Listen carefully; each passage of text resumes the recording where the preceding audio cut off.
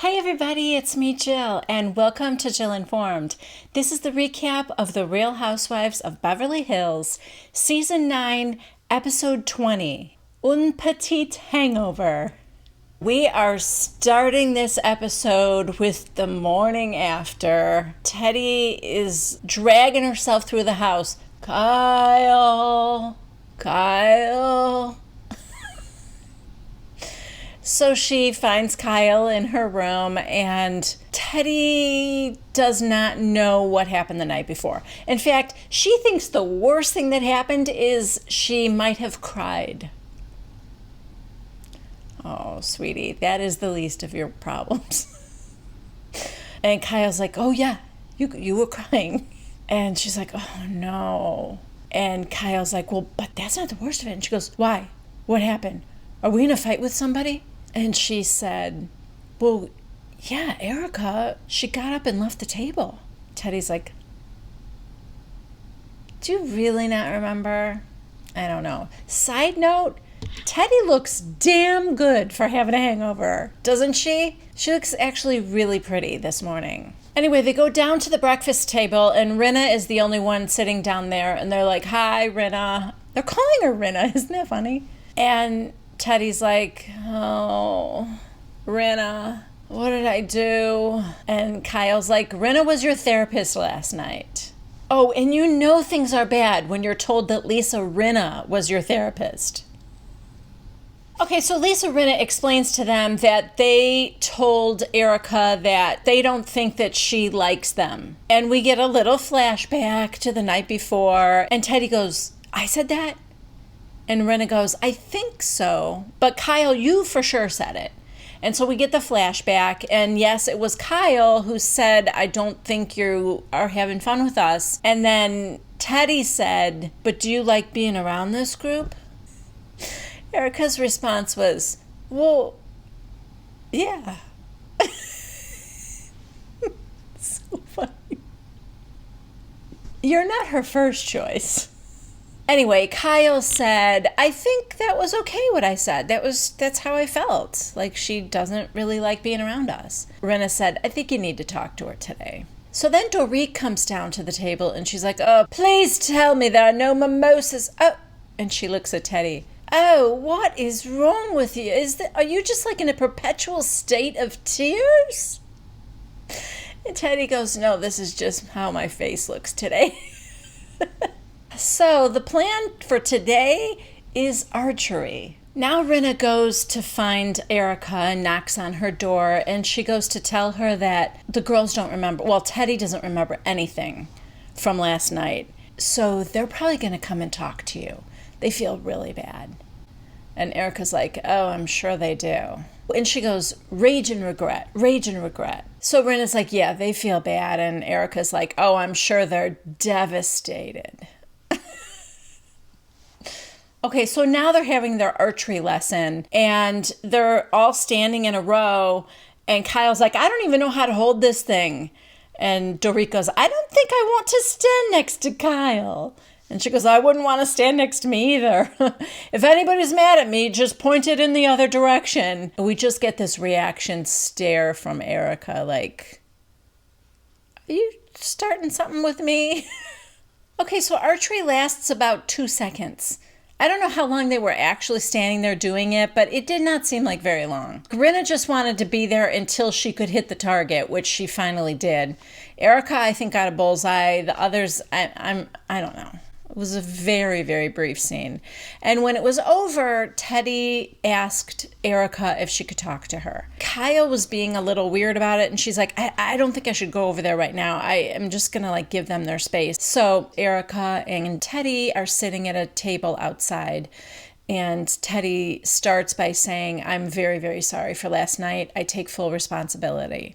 I don't know if Erica is in a receptive mood or not, but she is just listening. After a little bit of a dicey middle where I feel like Teddy was a little bit trying to blame Erica for stuff that Teddy is feeling internally, in my opinion. I think it has more to do with like Teddy just issues of insecurity and stuff like that. Whenever people feel insecure in a relationship, if the other person is acting, aloof, or if they perceive them pulling away, that's going to exacerbate their insecurity. I think that's what's happening here. I mean, I don't know, but she does get it back around to bottom line is, I am sorry for my behavior last night. Erica accepts her apology and they hug. In the confession cam, Erica said, listen, Teddy is the kind of person that will beat herself up more than anybody else, so I don't need to beat her up. I accept her apology. So now they walk over to where the other ladies are, and they are outside in front of the house where there's a little table and there's like an sun tea jar. I don't know what you call it, of iced tea, and there are some cupcakes. And Kyle's like, oh, this is some sort of ginger detox tea or something. They really know us. Yeah, because they heard you all night and they were probably thinking these women are going to need something like this the next day. Erica sits down next to Kyle, and Kyle takes that moment to say, hey, I'm really sorry if I hurt your feelings last night. Erica said, you did hurt my feelings. Erica is not letting Kyle off the hook quite as easily as she did Teddy. She said, in 4 years, you've never treated me like this. I was thinking to myself, who is this Kyle? Where is this coming from? And she said, I know. And Erica said, I thought we had a very open and honest friendship. Kyle said, I thought I was being honest, but I wasn't articulating it the right way. And for that, I am sorry. There's this long pause. And then finally, Erica goes, okay. And then Kyle smiles and she smiles. And I don't know, guys. I don't know if things are okay between them. It didn't feel real warm and fuzzy. They just all got up then and said, okay, yeah, we got to pack. So I guess they're heading home. And those gorgeous cupcakes are sitting there untouched. Beautiful little square cupcakes with icing and red bows and the logo of the chateau and pearls and diamond bling. I mean, it looks like somebody cut up a Countess Cabaret necklace and just sprinkled the parts all over the top of these cupcakes. All right, guys, we are back in Beverly Hills and we're checking in with everybody. Quick little snippets. We start at Dorit's house and she's making a peanut butter and jelly sandwich for PK. Peanut butter and jelly. I'm not a doctor, but that can't be the best choice for a diabetic, right? Anyway, she was telling him that, she just thinks the ladies are closer than ever. Then we jump over to Kyle's house and she is sitting with Faye Resnick. Kyle says, I get inspired wherever I go. Now I feel like the house should have some sort of a French flair to it. Oh, and also that she still doesn't have a dining room table. But then we go to the dining room and there's like 20 chairs in place as if there's an invisible table between them. It is so bizarre. It looks like it's set up for a therapy session. Maybe it should be. And we also check in with Erica, who is in her closet with Mikey, discussing how nice the trip was until Kyle and Teddy decided to go on a crusade to make her be mad at Lisa Rinna for dressing up as Erica Jane at Coachella. Yeah, she's not over it. Back at Dorit's, she's talking to PK. I've got this opening at Kitsen's where I'm going to have the window display and there's so much to think about. And PK goes, why don't you have a big reveal, babe? And there's nothing in the window, just nothing. And she's like, PK. And he goes, it's art, babe. It's called art.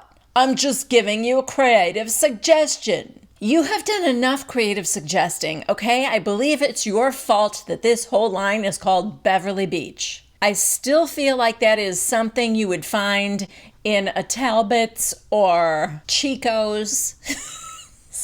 some kind of middle-aged lady store. Do you guys remember when she had the fashion show for Beverly Beach swimwear and she named a bathing suit after each of the ladies except for Teddy? So this year she's got a sporty little two-piece that's named for Teddy, and she named a cover-up after Camille. And she's like, this of course was before I heard that she was talking crap about me behind my back. I'm going to see her tonight, PK, and I don't intend to bring it up because I feel so terrible for her situation. And PK's like, just be kind, babe. And she's like, I'm always kind, PK. Okay, so now we are out to dinner, and it is all the ladies, including Camille and Denise. Oh, but not Kyle. Maybe Kyle's still coming, but she's not here yet. Lisa Rinna has brought each of them, Camille and Denise, a bag full of QVC clothes, and Teddy has brought each of them a set of pajamas. I think it was a very sweet gesture. I mean, certainly these women could afford to buy their own clothes, but they're friends, and I think that was sweet. What was a little weird is that Camille was like, oh, you never think you're gonna be in this situation. And Rinna goes, yeah, who thinks they're ever gonna be in a place where they have no clothes? And Camille's like, or no house. Yeah. I don't think the clothes was the thing she was so incredibly upset about. Oh boy. Okay. Well, let's just say that Denise and Camille have a very different world viewpoint. I know that Camille had it worse. Camille's house burned down. But there was also, I guess, a lot of smoke damage at Denise's house. So I think she too had to get rid of a lot of things, or will have to get rid of a lot of things. But anyway, Camille tells the story. David was like, we lost our skis and we lost our boots. I was like, are you kidding me? I don't even have a coat. So we have a consignment shop across the street. So I went over there and I found a nice little Burberry. It's probably like 30 years old. It was probably dusty, for God's sake, but at least I have a coat. Even Rinna in her confessional said, oh, wow. Why would anybody empathize with the wealthy? And Denise is like, but Camille and I are very fortunate that we have the financial means to, rebuild our lives and replace things. So, which is the perfect attitude to have. Yes, things could be worse. They didn't lose lives. Although, again, in Camille's defense, her assistant of 22 years, Scott, just passed away. Not related to the fire, but like a few days after. So she's having that loss too. And, when things pile on, it gets overwhelming. Gonna try and cut her a little slack, but I don't know, man. Even in her confessional, she said, Denise doesn't really understand. She didn't lose her little rented house. My home is gone. Even Erica said, but what about your house on the beach? And she goes, well, that's under construction. Oh, I know, but it didn't burn down, did it? She has that. I mean, she can't live in it right now, I guess. It's not livable. But she also has a gorgeous home in Hawaii. Let's not forget that. Think of all the people who lost their homes that had nowhere to go. Nowhere. It just puts things in perspective. I'm not saying that you shouldn't empathize with either of them. I empathize with anybody who loses their home. There are irreplaceable things that she could have lost and sentimental, but it was just an interesting juxtaposition between Denise's attitude about it and Camille's. That's all. Okay, next we are with Teddy and Denise, and they are in a store called Bash. Teddy gets there first, and oh my God, Teddy really does have a problem with doors. Remember Dorit in Provence was like, what is it with you and doors, Teddy? The door almost took her arm off. I don't know. But she meets Denise there and she asks her, so what do you need? And she's like, everything. So they're picking some things out for Denise, I guess, to wear to, I think Dorit is having all the ladies come and see the kitchen's window. And then I think she's having a dinner celebration.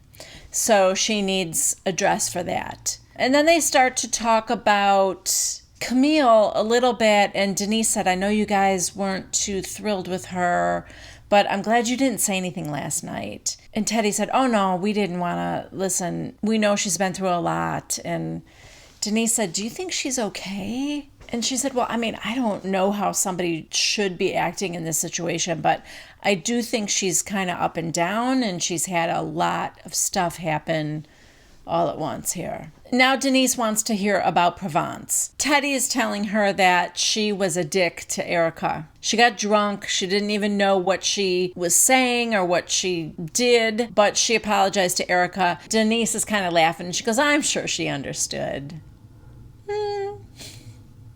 Maybe. Okay, now it's nighttime and we are at Kitson's, and the ladies are starting to arrive. Teddy's got a new look. I'm digging that. And Dorit tells Teddy and Camille, this was named after you and this was named after you. And Teddy's like, oh, I love it. It's, you know what? I love it because it's sporty and it's perfect for me. Thank you so much. And then the cover up is named for Camille. Okay, there were a bunch of jokes about this mesh cover up. Earlier, I didn't mention it, but she said, it's full of holes, kind of like everything that Camille says. And now in Rinna's confessional, she's saying a cover-up is kind of perfect for Camille because she covers up everything she says. Camille goes, oh, thank you. I'm so sorry for every bad thing I've ever said about you. Let's see how you feel in about an hour and a half. Okay, so now she has everybody go outside because she is about to have the big window reveal. And I'm nervous because the earlier reveal did not go so well. No, she was not happy with any of it. She had to get inside the window and move these mannequins all around and stuff. So, plus there was supposed to be a sandbox filled with diamonds, and that was not there. I hope it's there now. Okay, so it was okay. Maybe I thought it was going to be way different than we saw in the afternoon, and it really wasn't. It was the same placement of everything. We did have a little diamond sand, and the mannequins had the bathing suits on, but other than that, it was okay. Didn't blow me away. And then Camille had a very catty comment about how that was some reveal. It was covered up with garbage bags. Not to be just as catty as Camille, but that did strike me also as a little janky. You could buy cheap fabric somewhere and have covered it with that. All right, so she is taking the ladies to dinner. Aaron and Edwin are there too, but PK is going home for who knows why. And they all get in like a minivan to go to dinner. Okay, so they sit down at this restaurant. It looks really pretty. They're at a big table in front of a giant fireplace. And Kyle invites everyone to a party that they are having for the agency because they are opening their 25th agency. I don't know why the air quotes. So she's inviting everyone, and I think the next episode is the season finale, so that's going to be the big party. So they have a big toast for Dorit and her Beverly Beach line, and she's like, thank you. You know, we've really come a long way. And Rinna talks about how they went from here to here, and we get the flashbacks and everything. And then it gets brought up, the one person they haven't made up with, Lisa Vanderpump. Camille, has anybody seen her? Denise? And Denise is like, no, I haven't seen her. None of us then. So Dorit said, and it's really a shame because she's been invited to things and just hasn't shown up. And then she says, both your shower and your wedding. She should have come. And then there's this awkward silence where everybody's giving each other looks. And finally Rinna said, you let her off the hook. You really did. And this is going to be the segue to the takedown of Camille. We gave you one day to wallow in the fact that your assistant of 22 years passed away and you lost your house and everything you own. That was yesterday. And now today, get ready. Because we're coming after you. And she said, you know what? I had a weak moment. So Denise, God, I have such a girl crush on Denise Richards. She said, don't bring this up now. She lost her fucking house. So Rinna then finally is like, okay, we weren't going to bring this up now because, you lost your house and everything, so we're not going to do this. Yeah, a little too late. Camille's like, oh, it's fine. I'm glad you're bringing it up. If this is a separate issue from me losing my house, so that's fine. If this is something that's bothering you, I want you to talk about it. So they talk about the hypocrisy. You're saying one thing to us, and then we see the People magazine article, and you're praising Lisa Vanderpump, and it just feels like a kind of a thing. Teddy goes, it's just a little confusing to us. We feel like maybe if this is what you're saying one way and then you say something else, that what are you saying behind our backs? Okay, that is exactly what she said about Erica. We're just confused because then we wonder what you're saying behind our backs. Teddy has a problem with thinking people are talking about her.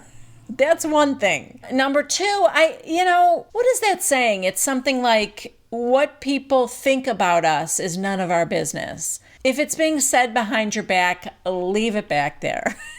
In Camille's confessional, she's like, have I said things about the girls behind their backs when they've hurt me? Yes, but I am so tired of Teddy pushing herself into these conversations that she has nothing to do with. Okay, so now Dorit said, well, I'm going to have to bring this up. And Rinna goes, oh, yeah, I told her that you said some things about her behind her back. Somebody, I think it was Kyle, said, but she didn't tell her what. And she goes, no, I didn't. I said, you're going to have to ask Camille. And Camille goes, oh, yes, I did say some things about you. It was before my 50th. And I had to get to know you. At first, I didn't trust you, Dorit. I didn't. I needed to know where you got all this money from. We cut to Kyle. And Dorit said, what do you mean, all this money? Oh, here it comes. Camille goes, well, people want to know what I know. Dorit, what are you talking about? And she said, your husband told me that you filed for bankruptcy.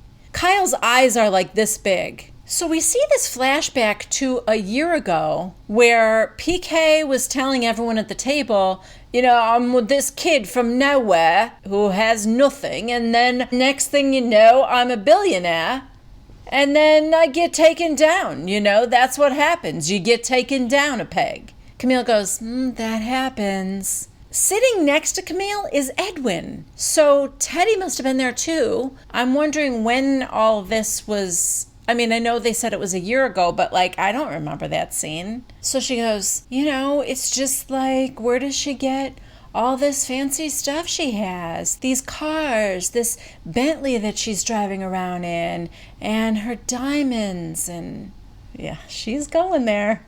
Okay, so as you might imagine, Dorit is pissed. Let me explain something to you. Side note, everyone at this table has stopped eating, stopped talking, and is intently listening to Dorit. As am I, and you guys at home too, oh my God, tell us everything.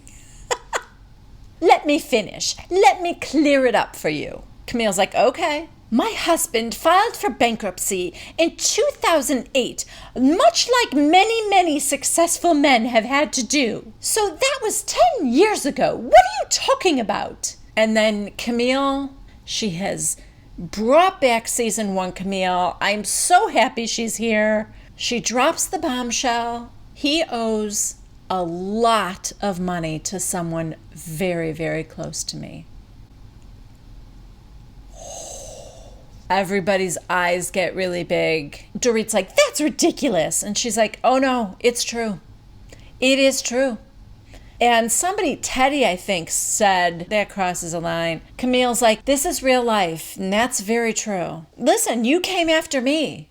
So this is funny because I was just talking about this, where I felt like that was a line that none of them would cross. They'd throw each other under the bus at the drop of a hat, but one thing that I felt like was still sacred among these women was we are not going to talk about our financial issues. I know some of you guys have brought up in the comments that Mauricio's got something going on, a problem with his business. Tom Girardi, he's being sued by someone. So I feel like a lot of the women are having financial or legal issues, and the other ladies are not going there.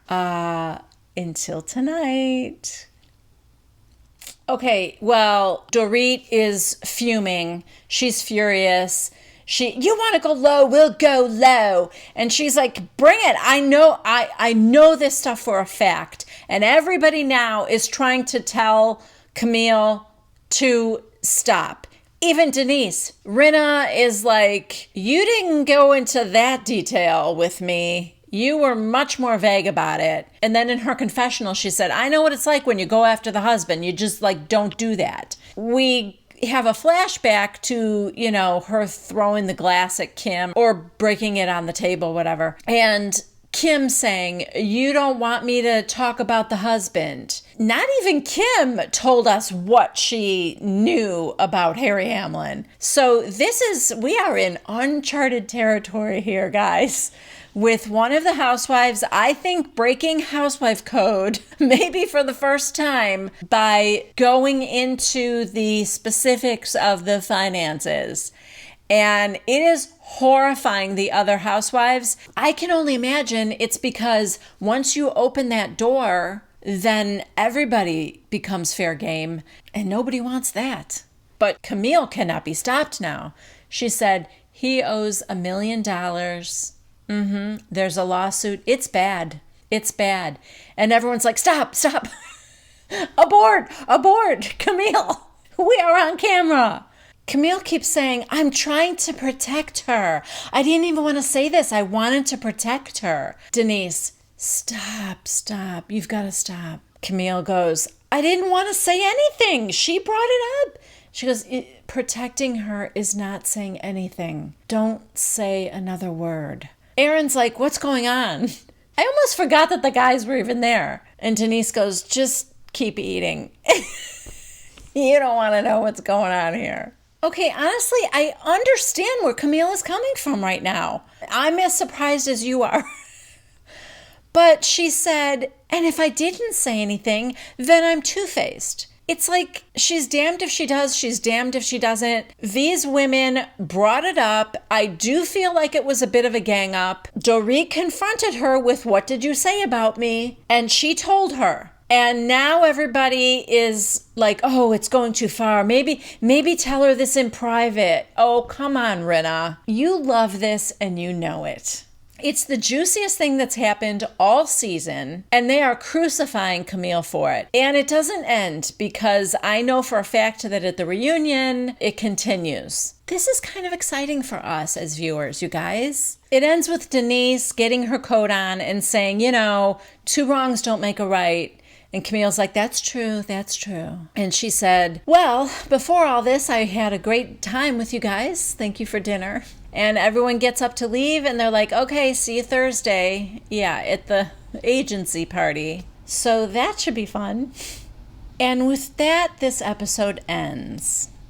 Now, the next episode, which is the season finale, I believe is not on until July 9th. So my next recap of that will not be until the week after that. All right, guys, that's it for me. Thank you so much for watching. I really appreciate you very much. If you haven't already, please subscribe. If you liked this video, please give it a thumbs up. And don't forget to leave a comment. I'll be back next time with the recap of The Real Housewives of Beverly Hills. And I hope you will join me. I'll see you then. Bye-bye.